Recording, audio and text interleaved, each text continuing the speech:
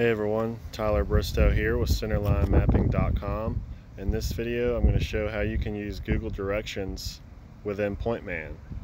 As you can see, I've got ticket 58 opened up on the screen, and what I'm going to do is I'm just going to turn this camera off.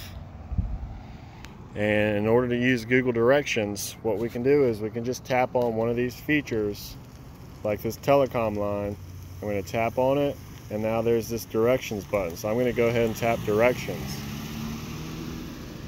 As you can see, it's opening up Google Maps, and now it's providing me the fastest route to that particular telecom cable.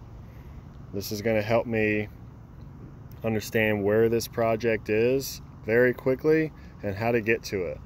This can be very helpful during emergencies, emergency locate tickets, or anything that needs more fast, rapid information. So great job to PointMan on this feature.